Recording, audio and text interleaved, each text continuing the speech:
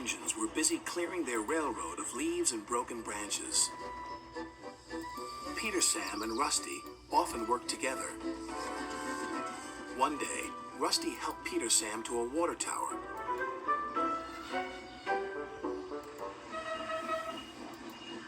Peter Sam felt much better after his long drink, but the freight cars were bored. Let's break away. Their loads were heavy and the couplings old. One snapped.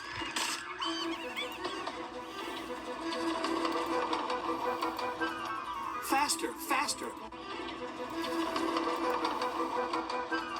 Faster, faster, shouted the freight cars. A sign read slow, steep bends and ravine ahead, but the silly cars never saw it. Then, it was too late.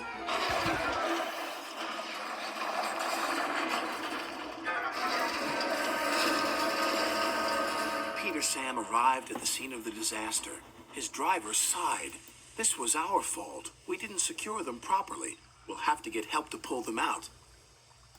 Sir Topham Hatt will be very annoyed. And he was. You will work in the yards until I can trust you again. Duncan was delighted with Peter Sam's dilemma. Fancy not securing your freight cars on a hill. They'll come back to spook you and your special funnel. Woo! And who's to say come back to spook you and your special funnel? Woo! And who's to say you're not afraid of ghosts? Snapped Rusty. Ghosts? Things that go bump in the night? Rubbish! Well, I'll tell you a story that will make your funnel quiver, Rusty said. A long time ago, a little engine was returning home. It was a misty, moonlit night.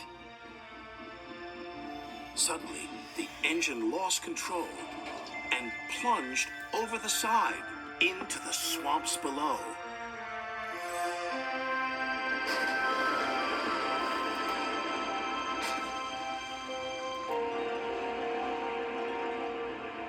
He was never found again. But many a workman will tell you that when the moon is full, they have seen the little engine trying to get home. But he never is full. They have seen the little engine trying to get home. But he never reaches the other side. So what do you think of that, Duncan? Rubbish, replied Duncan. Never mind him, Peter Sam. He'd be frightened if he really saw a ghost. This gave Peter Sam's driver an idea. Let's play a trick on Duncan. The next day he spoke to Duncan's driver and fireman, who agreed. We'll do it tonight. Duncan had to take coal cars to the slate mines and then bring cars back. Duncan's driver decided as part of the plan to cross the old iron bridge. Haunted bridge. Rubbish, snorted Duncan. It's as tame as a page. Haunted bridge. Rubbish, snorted Duncan. It's as tame as a pet rabbit. But all the same, he kept thinking about Rusty's story. When dusk fell, he was keen to leave. If we don't go now, Skarloey will take my favorite place in the sheds. We have to collect our cars first, his driver replied. He could see their plan was working because Duncan was nervous. When night fell, they set off. The mists were rising around the old iron bridge. Duncan whistled, and the sound echoed everywhere.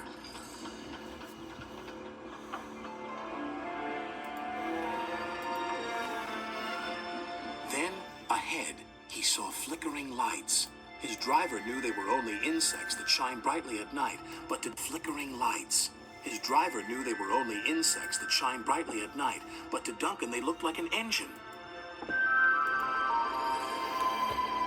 Next, his driver secretly threw a rock from the cab into the ravine below. It's the ghost! Take me back! Take me back, please! When Duncan Take me back, please! When Duncan reached the safety of his shed, he closed his eyes tightly. Spooked, are you, Duncan? Laughed his driver. No, I'm asleep. And Duncan refused to open his eyes. He did, though, when he thought his driver wasn't looking, just to make sure that he was still there.